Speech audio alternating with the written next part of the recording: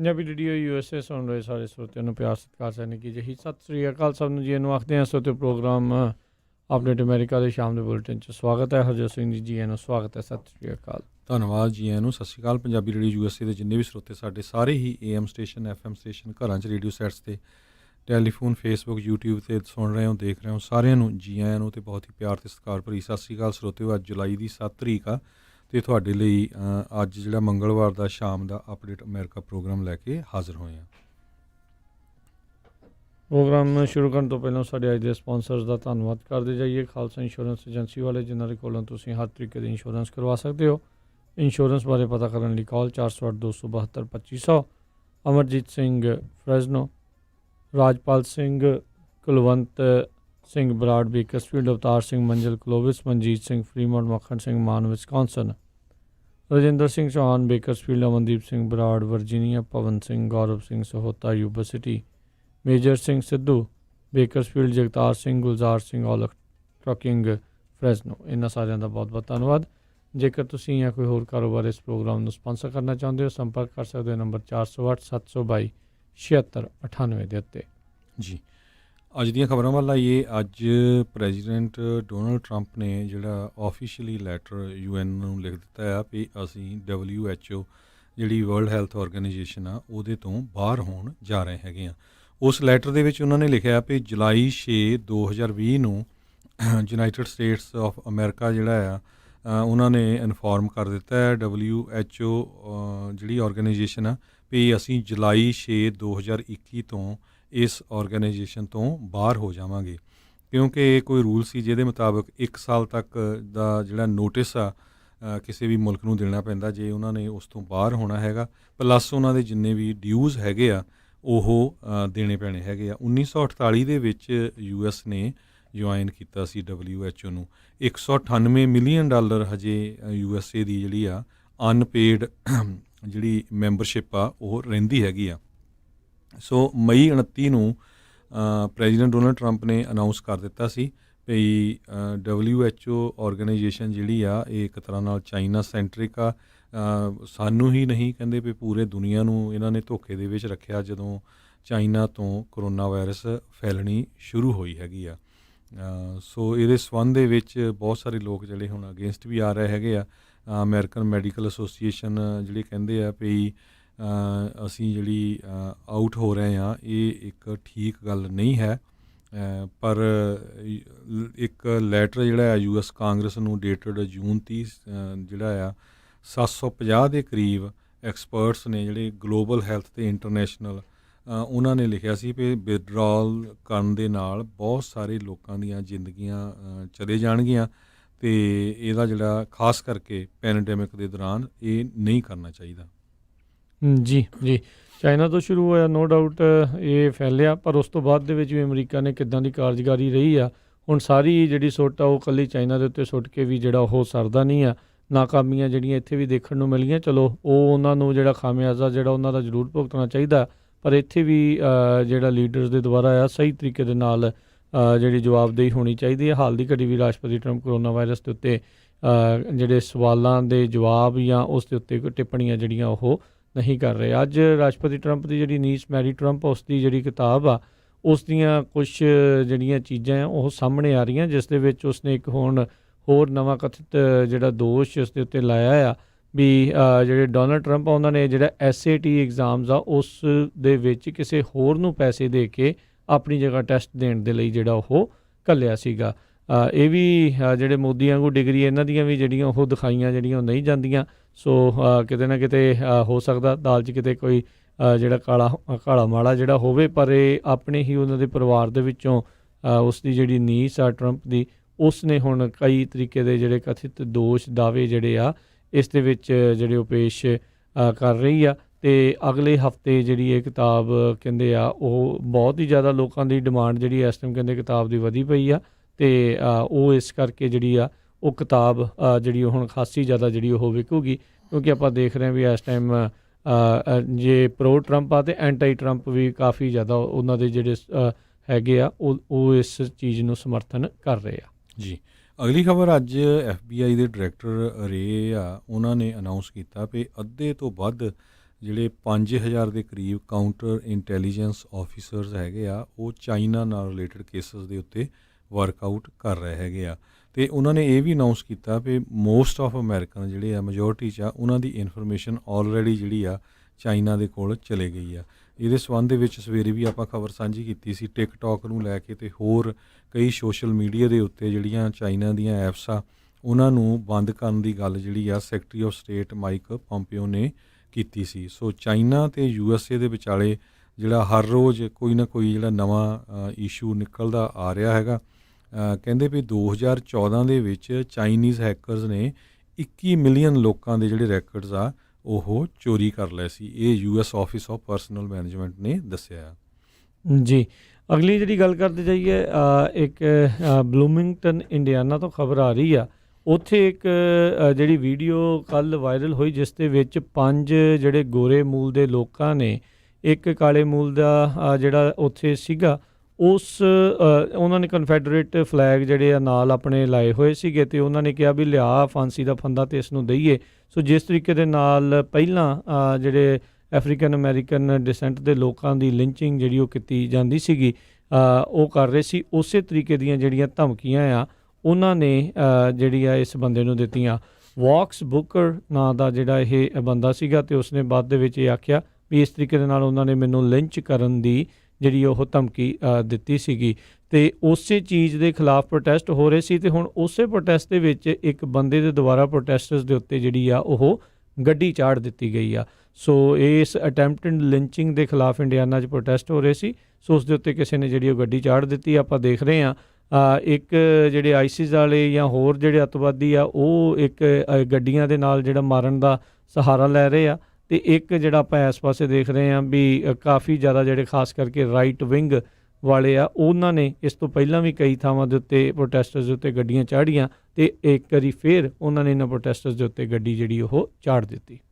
ਜੀ, ਅਗਲੀ ਖਬਰ ਜਿਹੜੀ ਆਪਾਂ ਸਵੇਰੇ ਵੀ ਸਾਂਝੀ ਕੀਤੀ ਸੀ ਵੀ ਕਿਸ ਤਰ੍ਹਾਂ ਜਿਹੜੇ ਸਟੂਡੈਂਟਸ ਹੈਗੇ ਆ ਜੇ ਉਹ ਔਨਲਾਈਨ ਕਲਾਸਾਂ ਲੈਣਗੇ ਤਾਂ ਉਹਨਾਂ ਨੂੰ USA ਛੱਡ ਕੇ ਜਾਣਾ ਪਊਗਾ, ਜਿਹੜੇ ਸਿਰਫ ਸਟੂਡੈਂਟ ਵੀਜ਼ੇ 'ਤੇ ਆ। ਜਿਹੜੇ ਸਟੂਡੈਂਟ ਵੀਜ਼ੇ 'ਤੇ, ਉਹਦੇ ਵਿੱਚ ਉਹਨਾਂ ਨੇ F1 ਅਤੇ M1 ਵੀਜ਼ੇ ਜਿਹੜੇ ਆ ਉਹ ਦੱਸੇ ਹੈਗੇ ਆ। ਉਹਨਾਂ ਦੇ ਮੁਤਾਬਕ ਕਹਿੰਦੇ ਵੀ ਫਾਲ ਸਮੈਸਟਰ ਦੇ ਵਿੱਚ ਜੇ ਔਨਲਾਈਨ ਕਲਾਸਾਂ ਲਗਾਈਆਂ ਗਈਆਂ ਤਾਂ ਉਹਨਾਂ ਨੂੰ ਛੱਡ ਕੇ ਜਾਣਾ ਪਊਗਾ।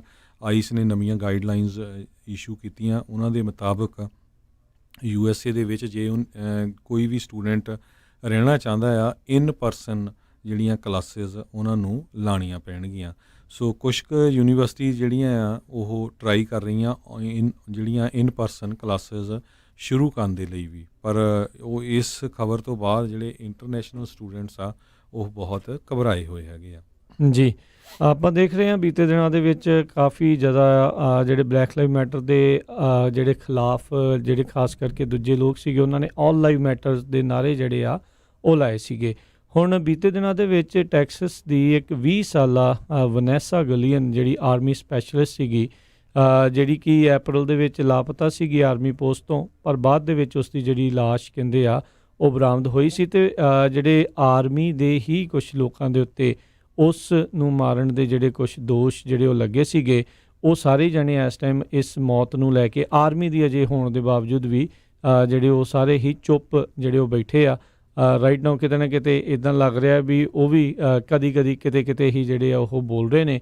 ਹਿਊਸਟਨ ਕ੍ਰੋਨਿਕਲ ਨੇ ਜਿਹੜਾ ਇਸ ਦੇ ਬਾਰੇ ਜਿਹੜਾ ਉਹ ਦੱਸਿਆ ਸੀਗਾ ਵੀ ਇਸ ਨੇ ਜਿਹੜੇ ਸੈਕਸ਼ੂਅਲ ਅਸੌਲਟ ਦੇ ਜਿਹੜੇ ਕੁਛ ਦੋਸ਼ ਆਰਮੀ ਦੇ ਹੀ ਹੋਰ ਮੈਂਬਰਾਂ ਦੇ ਉੱਤੇ ਲਾਏ ਸੀ, ਜਿਸ ਤੋਂ ਬਾਅਦ ਦੇ ਵਿੱਚ ਇਹ ਲਾਪਤਾ ਹੋਈ ਅਤੇ ਫਿਰ ਇਸ ਦੀ ਜਿਹੜੀ ਲਾਸ਼ ਆ ਉਹ ਬਰਾਮਦ ਹੋਈ ਸੀਗੀ। ਅਗਲੀ ਖਬਰ ਜਿਹੜੀ ਫੀਨਿਕਸ ਐਰੀਜ਼ੋਨਾ ਤੋਂ ਆ ਰਹੀ ਆ, ਜਿੱਥੇ ਪੁਲਿਸ ਨੇ ਫੇਟਲੀ ਇੱਕ ਬੰਦੇ ਨੂੰ ਸ਼ੂਟ ਕੀਤਾ ਪਾਰਕਿੰਗ ਲੋਟ ਦੇ ਡਰਾਈਵੇ ਦੇ ਵਿੱਚ।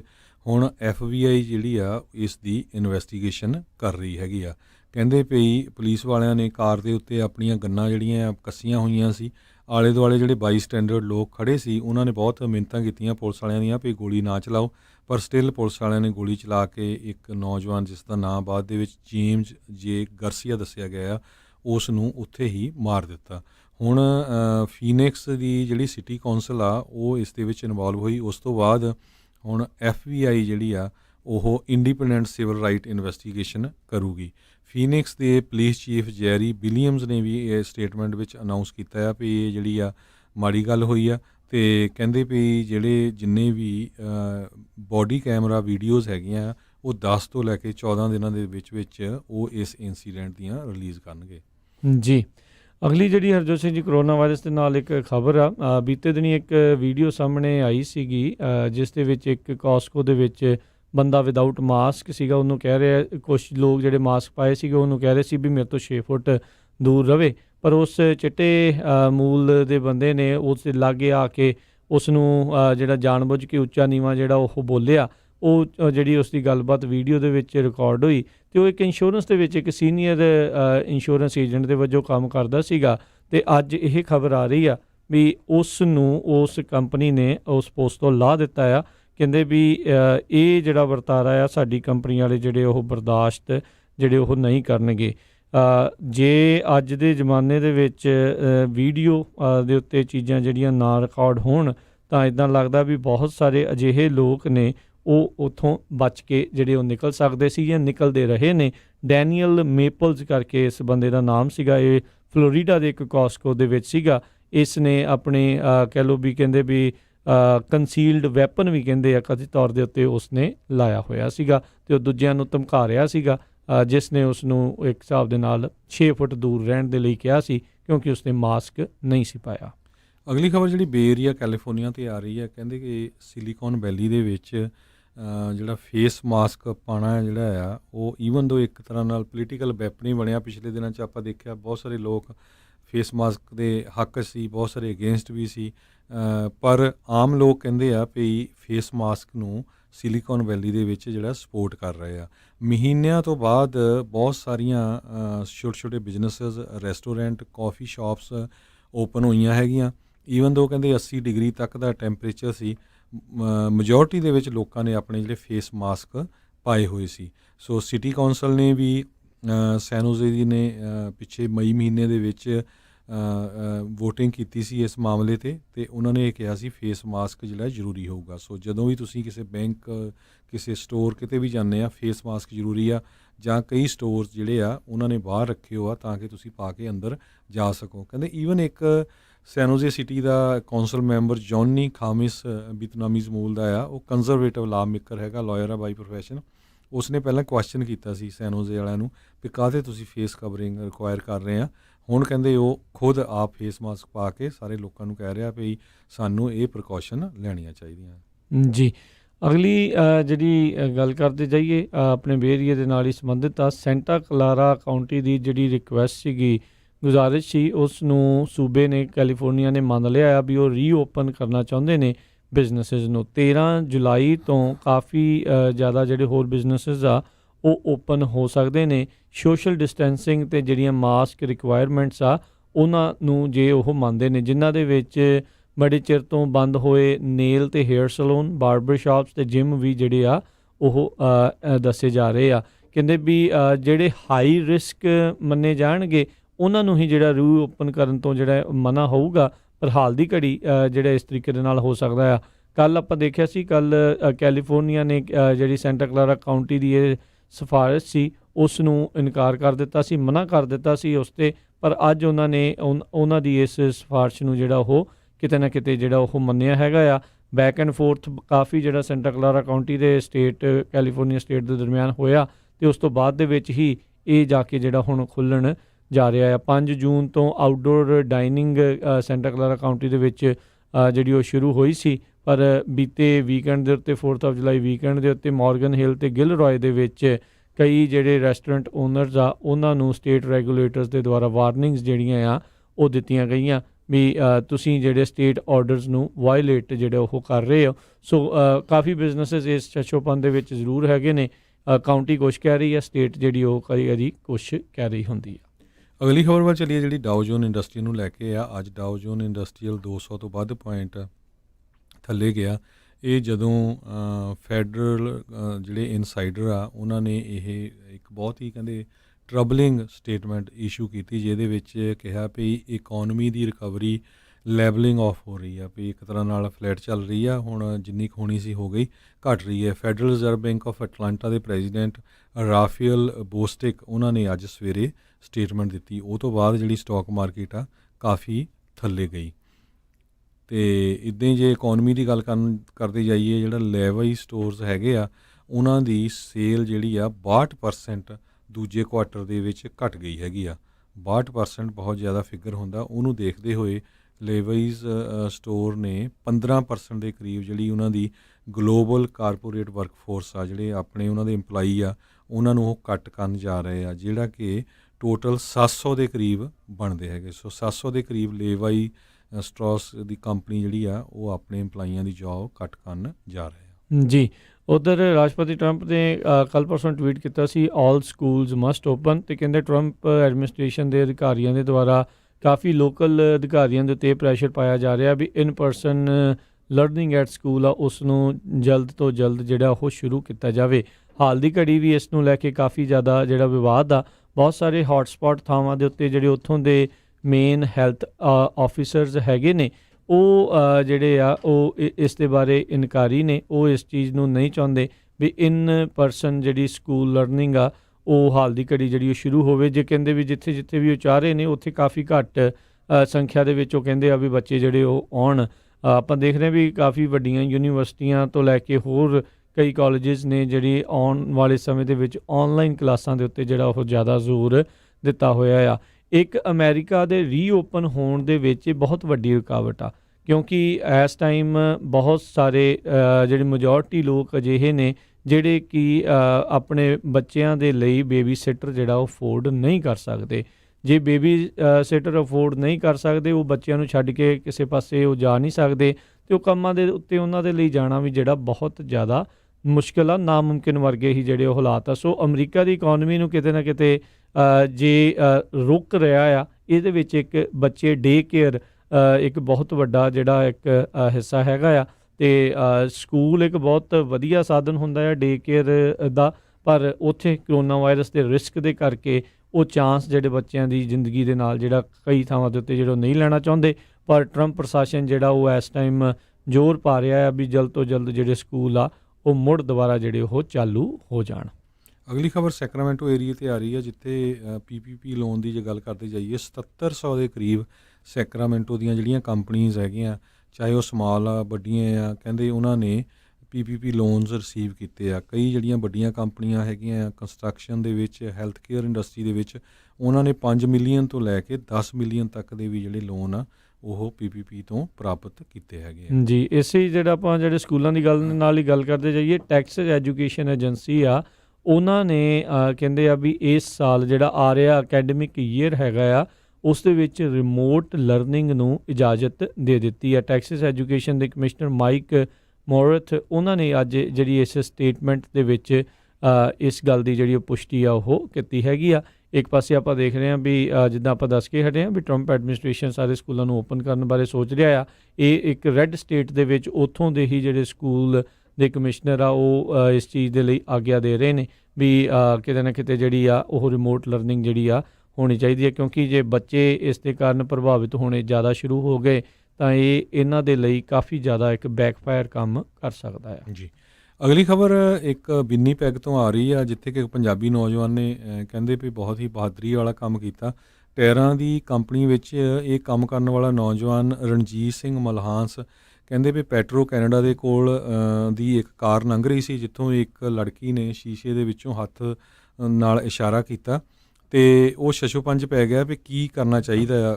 ਅਗਲੇ ਹੀ ਪਲ ਕਹਿੰਦੇ ਵੀ ਬਿਨਾਂ ਸੋਚੇ ਸਮਝੇ ਉਸਨੇ ਪਿਕਅਪ ਟਰੱਕ ਉਹਦੇ ਕੋਲ ਜਾ ਕੇ ਖੜ੍ਹਾ ਕੀਤਾ ਅਤੇ ਦੇਖਿਆ ਵੀ ਉਹਦੇ ਵਿੱਚ 3-4 ਮੁੰਡੇ ਸੀ ਅਤੇ ਇੱਕ ਲੜਕੀ ਜਿਹੜੀ ਸੀ ਉਹ ਪੂਰੀ ਨਿਰਵਸਤਰ ਸੀਗੀ ਅਤੇ ਉਸ ਦਾ ਰੇਪ ਉਹਨੇ ਕੀਤਾ ਸੀ, ਗੈਂਗ ਰੇਪ ਕੀਤਾ ਸੀ। ਅਤੇ ਜਦੋਂ ਉਹਨੇ ਦੇਖਿਆ ਵੀ ਨੌਜਵਾਨ ਕਾਫੀ ਲੰਮਾ ਉੱਚਾ ਨੌਜਵਾਨ ਆ ਗਿਆ ਅਤੇ ਉਹ ਕੁੜੀ ਨੂੰ ਕਾਰ ਵਿੱਚੋਂ ਸਿੱਟ ਕੇ ਕਾਰ ਆਪਣੀ ਭਜਾ ਕੇ ਚਲੇ ਗਏ। ਅਤੇ ਕੁੜੀ ਕਹਿੰਦੇ ਵੀ ਮਿੰਨਤਾਂ ਕਰਦੀ ਰਹੀ ਵੀ ਮੈਨੂੰ ਇੱਥੋਂ ਜਾਈ ਨਾ। ਕਹਿੰਦੇ ਵੀ ਮੁੰਡੇ ਨੇ ਆਪਣੀ ਕਾਰ ਵਿੱਚੋਂ ਕੱਪੜੇ ਲਿਆ ਕੇ ਉਹਨੂੰ ਦਿੱਤੇ ਅਤੇ ਪੁਲਿਸ ਨੂੰ ਕਾਲ ਕੀਤੀ ਅਤੇ ਜਦੋਂ ਪੁਲਿਸ ਆਈ ਫਿਰ ਸਾਰੀ ਜਿਹੜੀ ਸਿਚੁਏਸ਼ਨ ਦੱਸੀ। ਸੋ ਇੱਦਾਂ ਦਾ ਜਿਹੜਾ ਬਹਾਦਰੀ ਵਾਲਾ ਕੰਮ ਆ ਇਹ ਕੀਤਾ। ਸੋ ਇਹ ਨੌਜਵਾਨ ਦਾ ਧੰਨਵਾਦ ਕਰਨਾ ਵੀ ਬਣਦਾ ਹੈ, ਕਿਉਂਕਿ ਇੱਦਾਂ ਦੇ ਪਦਾਰਥਵਾਦ ਅਤੇ ਜਿਹੜੇ ਨਵੇਂ ਨਫੇ ਨੁਕਸਾਨ ਵਾਲੇ ਯੁੱਗ 'ਚ ਆਪਣੀ ਜਿਹੜੀ ਜਾਨ ਨੂੰ ਜੋਖਮ ਵਿੱਚ ਪਾ ਕੇ ਇੱਕ ਅਣਜਾਣ ਕੁੜੀ ਨੂੰ ਮੌਤ ਦੇ ਮੂੰਹ ਵਿੱਚੋਂ ਕੱਢਣ ਵਾਲਾ ਇਹ ਜਿਹੜਾ ਵੀਰ ਆ, ਇਹਦਾ ਬਹੁਤ ਧੰਨਵਾਦ ਕਰਨਾ ਜੀ ਬਣਦਾ। ਬਿਲਕੁਲ ਜੀ। ਸੋ ਸਿੰਘਾਂ ਦੇ ਲਈ, ਪੰਜਾਬੀਆਂ ਦੇ ਲਈ, ਸਿੱਖ ਜਿਹੜੇ ਇਸ ਚੀਜ਼ ਦੇ ਲਈ ਉਹ ਜਾਣੇ ਜਾਂਦੇ ਨੇ। ਸੋ ਬਹੁਤ ਬਹੁਤ ਇਸ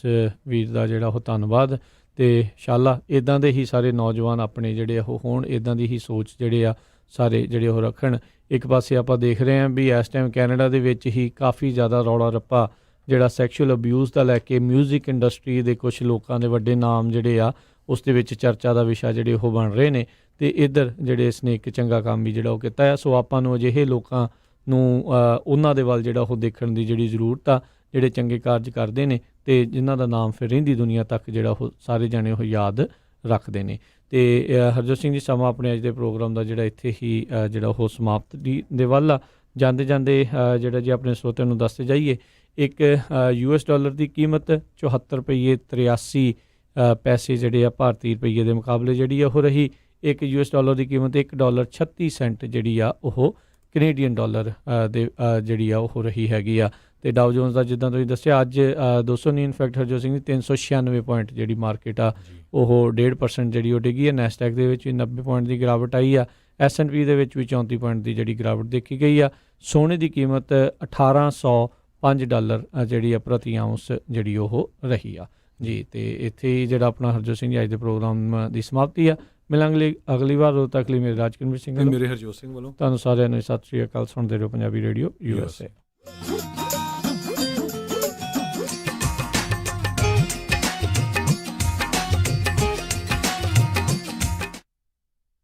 ਤੁਸੀਂ ਸੁਣਦੇ ਪਏ ਹੋ ਆਪਣਾ ਰੇਡੀਓ ਪੰਜਾਬੀ ਰੇਡੀਓ USA।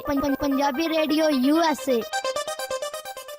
ਸਮੂਹ ਸਾਧ ਸੰਗਤ ਨੂੰ ਸੂਚਿਤ ਕੀਤਾ ਜਾਂਦਾ ਹੈ ਕਿ ਗੁਰਦੁਆਰਾ ਸਾਹਿਬ ਬੋਗ ਰੋਡ ਯੂਨੀਵਰਸਿਟੀ ਦੇ ਹਫ਼ਤਾਵਾਰੀ ਪ੍ਰੋਗਰਾਮ ਇਸ 8 ਜੁਲਾਈ